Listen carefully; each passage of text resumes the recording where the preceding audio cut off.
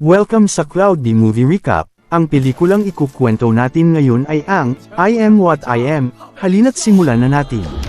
Kapag dumarating ang Chinese New Year, sabik na sabik ang lahat na panoorin ang Lion Dance.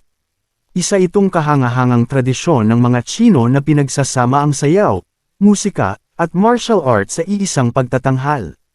Mula pa noong sinaunang panahon, naging popular na ang Lion Dance at ipinapasa ito mula henerasyon hanggang henerasyon.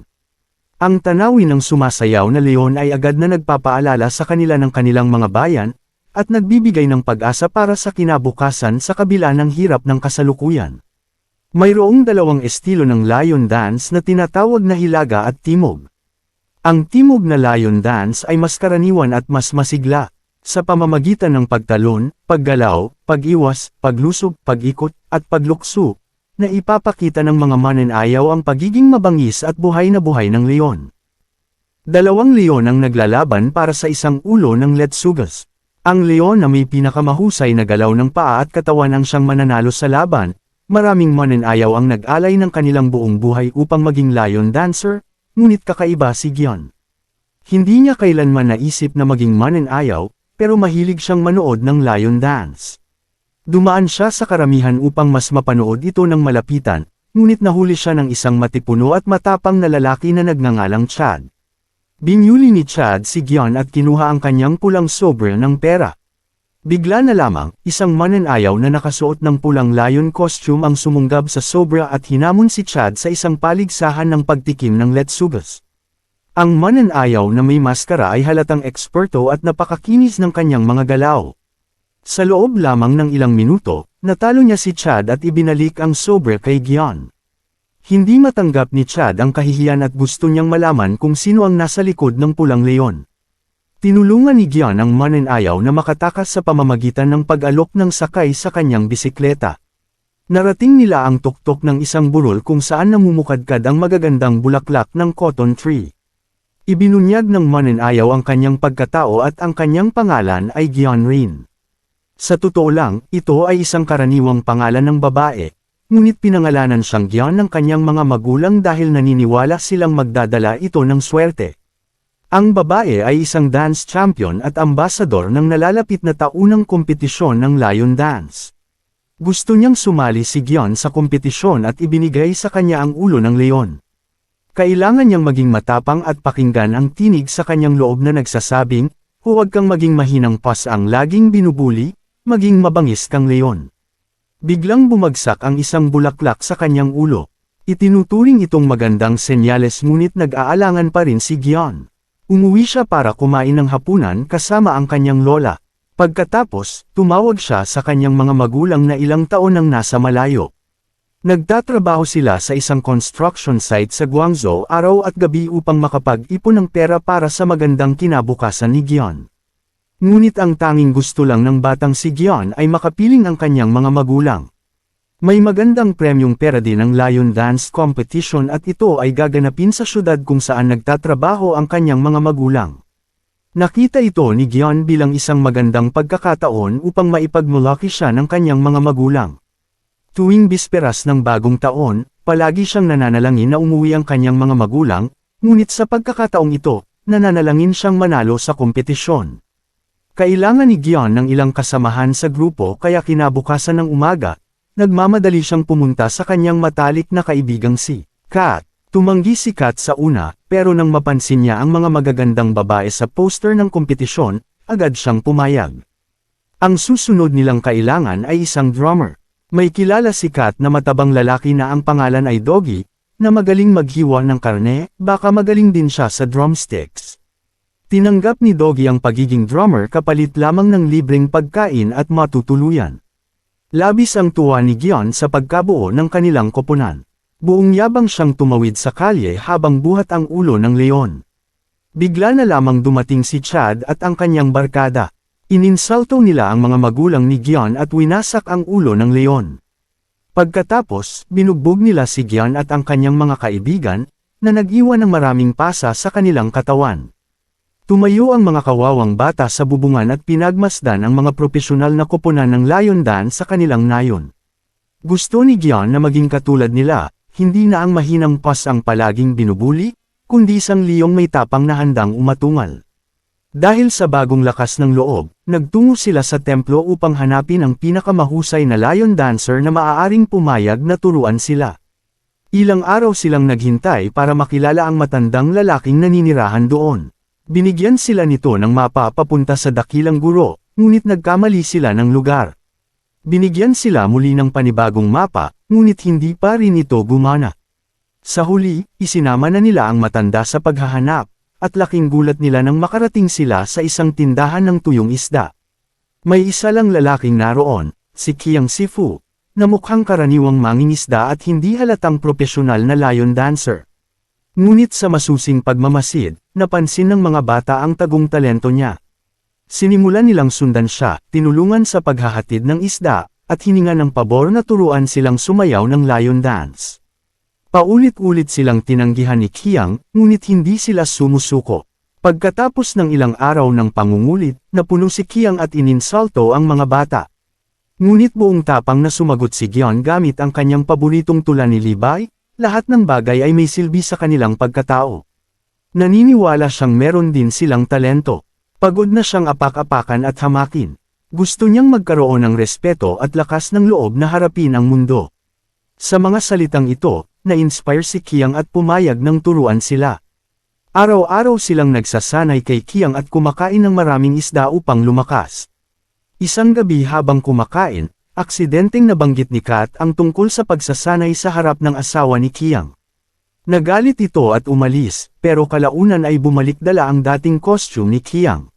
Siya na ang baalang maghatid ng isda para makapagturo si Qiang. Labis na humanga ang mga bata sa suporta ng ginang at nangakong sila na lang ang maghahatid ng isda at magsasanay sa kanilang libreng oras. Dati nang mahusay na lion dancer si Qiang, ngunit hindi sapat iyon para bumuhay ng pamilya. Pagkatapos ng kasal, napilitan siyang tumigil at magtrabaho bilang mangingisda. Ngayon, nais niyang makamit ng mga bata ang kanilang pangarap. Pagkalipas ng ilang linggo ng pagsasanay, iminungkahi ni Qiang na magkaroon sila ng paligsahan laban sa isa pang koponan bilang pagsubok. Sa Picking the Lettuce na labanan, agad silang natalo ng propesyonal na kalaban. Nawala ang pag-asa ng mga bata at nakaramdam ng kabiguan. Ngunit hindi pinayagan ni Qiang na mawalan sila ng loob. Wala man silang lakas at talento, meron silang pinakamahalagang bagay sa tagumpay, determinasyon. Kinabukasan, sinimulan nila ang pagsasanay sa paglalakad sa mga poste.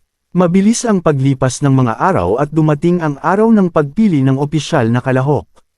Para makasali sa kompetisyon, kailangang labanan nila ang team na tumabla sa laban.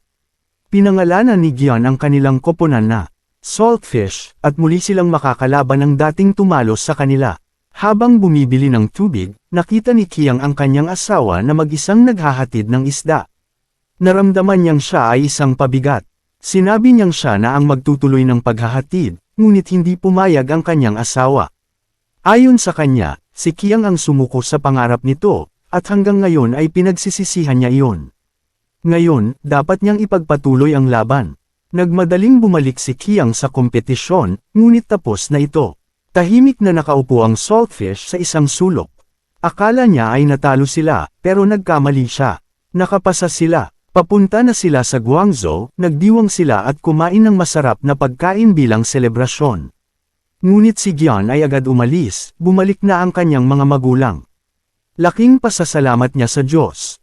Ngunit hindi ito ang iniisip niyang pag-uwi, bumalik lang sila dahil naaksidente ang ama ni Gion sa construction site at ngayon ay nasa koma. Isang himala na lang ang makakagising sa kanya. Nakalimutan ni Gion na ipanalangin ang kaligtasan ng kanyang mga magulang. Ngayon, siya na ang padre de pamilya. Nangakong babalik siya para sa kompetisyon, sumakay siya ng bus papuntang Guangzhou para ipagpatuloy ang trabaho ng kanyang ama. Kailangan niyang kumita upang suportahan ang pamilya at ipagamot ang ama.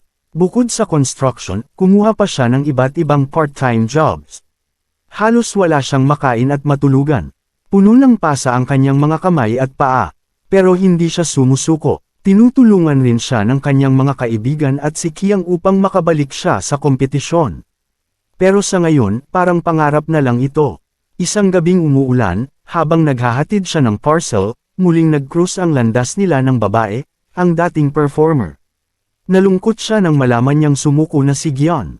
Iniwan din niya ang lion dance dahil sa kagustuhan ng kanyang ama. Pero gusto sana niyang makita ang isang kapangalan niyang lumaban sa kompetisyon.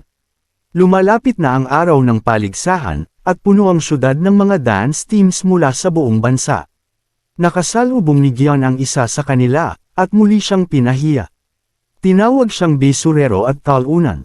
Naisip niya, hindi ito ang buhay na gusto niya. Gusto niyang mangarap, kahit sandali lang. Umakyat siya sa bubungan at sumayaw ng lion dance mag-isa hanggang bukang liwayway. Pagkatapos, iniwan niya ang ulo ng leon at nagmamadaling sumakay ng bus. Araw ng lion dance competition, habang naghihintay ng bus, niyaya siya ng kasamahan na panoorin muna ang kompetisyon. Si Kiang ang lumalaban para sa saltfish.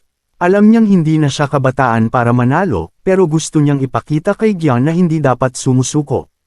Sa unang round, kailangang tumawid sa makitid na tulay at poste para makuha ang gintong bola. 4 lang ang makakapasok sa semifinals. Lahat ng team may 2 leon, ang saltfish, 1 lang. Pinagtulakan sila ng ibang koponan. Kaya inilabas ni Kiang ang kanyang lihim na sandata, ang kanyang mabahong paa bilang mangingisda. Umiwas ang kalaban pero may ibang may dalang air freshener. Muntik na silang matalo pero biglang may dumating. Si Gion tumalon siya, umakyat sa poste, at nakuha ang gintong bola. Nag-ingay ang buong arena, maging si Chad ay humanga. Umabot ang saltfish sa finals. Kailangang magsayaw sa isang gumagalaw na platform, at hindi dapat matapakan ang mga prutas sa sahig. Natalo ang team ni Chad. Ang kalaban nila ngayon ay ang team na minaliit si Gion noon, sa Picking the Lettuce, ang unang makakuha ng garland ng bulaklak ang panalo. Sinadyang tap-okan ng kalaban ang paa ni Gion at itinulak siya, pero kumapit siya at tumalon muli. Napunit ang bulaklak kaya idineklara itong tabla. Para matukoy ang panalo, parehong team ay kailangang sumayaw sa poste. Kahanga-hanga ang galaw ng kalaban. Si Gion na may sugat na ang paa, pero sinabing, ang tunay na leon ay lalaban hanggang huli. Sumayaw sila ni Kat. Isa na lang ang hakbang, tumalon papunta sa huling platform. Tumingin si Gion sa sky pillar, isang simbolo na may bundok sa buhay na hindi kayang akyatan. Pero hindi ngayon. Lalaban siya. Pinapanood siya ng lahat. Malakas ang hangin, yumanig ang poste. Dumating sina Doggy at Chad para hawakan ito. Kinuha ni Gion ang tambol. Sumabay ang ibang koponan sa pag-awit ng tambol, lahat ay sumuporta sa saltfish. Hiniling ni Gion kay Kat na itulak siya. Tumalon siya papunta sa sky pillar. Nahulog siya sa tubig pero naiwan ang ulo ng leon sa tuktok ng haligi, naabot niya ang lahat ng pinangarap niya. Napahanga ang kanyang mga magulang. Napukaw ang ama sa koma. At higit sa lahat, naging mabangis siyang leon. Salamat sa panunood hanggang sa susunod video.